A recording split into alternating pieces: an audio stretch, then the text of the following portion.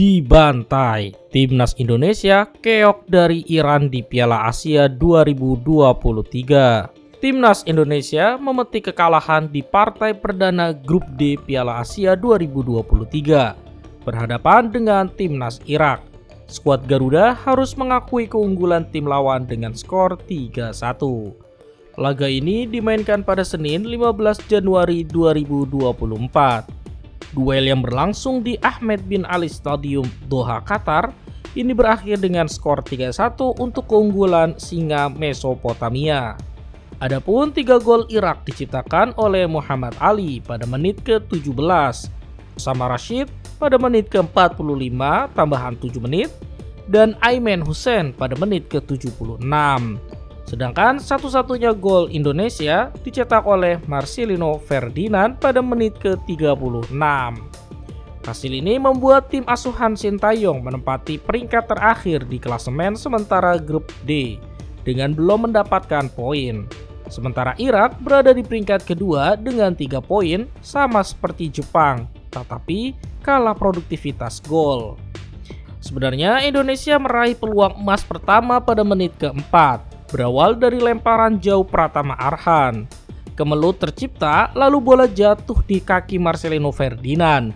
Ia melepaskan tendangan lob yang masih membentur tiang gawang. Giliran Irak mengancam gawang Indonesia pada menit ke-13. Tendangan sudut Ali Jasim menimbulkan kemelut di kotak penalti Indonesia hingga bola membentur tiang. Bola liar kemudian berhasil dibuang jauh ke depan. Muhammad Ali mencetak gol pembuka untuk singa Mesopotamia pada menit ke-17. Ia sukses melewati penjagaan Elkan Bagot, lalu melakukan tendangan keras yang tak mampu dibendung Hernando Ari. Skor 1-0 untuk keunggulan Irak. Pasukan Merah Putih sukses menyamakan kedudukan pada menit ke-36 lewat gol Marcelino Ferdinand. Berawal dari pergerakan Yakob Sayuri di sisi kanan yang melewati salah satu bek Irak. Dia kemudian mengirim umpan datar ke tiang jauh yang disambut Marcelino. Skor sementara imbang 1-1. Memasuki akhir babak pertama, Irak kembali melakukan beberapa ancaman. Osama Jabar membawa Irak kembali memimpin lagi atas Indonesia tepat sebelum turun minum. Babak pertama pun berakhir dengan skor 2-1 untuk keunggulan singa Mesopotamia. Memasuki babak kedua, pelatih Sintayong melakukan perubahan dengan menarik keluar Asnawi Mangku Alam dan memasukkan Witan Sulaiman. Skuad Garuda pun bermain lebih menyerang. Beberapa peluang tercipta, namun belum ada yang membahayakan gawang Jalal Hasan. Aimen Hussein membawa Irak menjauh dari Indonesia pada menit ke-76.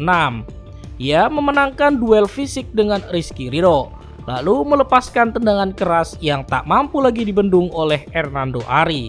Skor berubah menjadi 3-1. Memasuki akhir babak kedua, Coach Sintayong kembali melakukan pergantian pemain dengan memasukkan Dimas Derajat, Mark Klok, dan juga Ricky Kambuaya, lalu menarik keluar Elkan Bagot, Rafael Struijk, dan Ivar Jenner.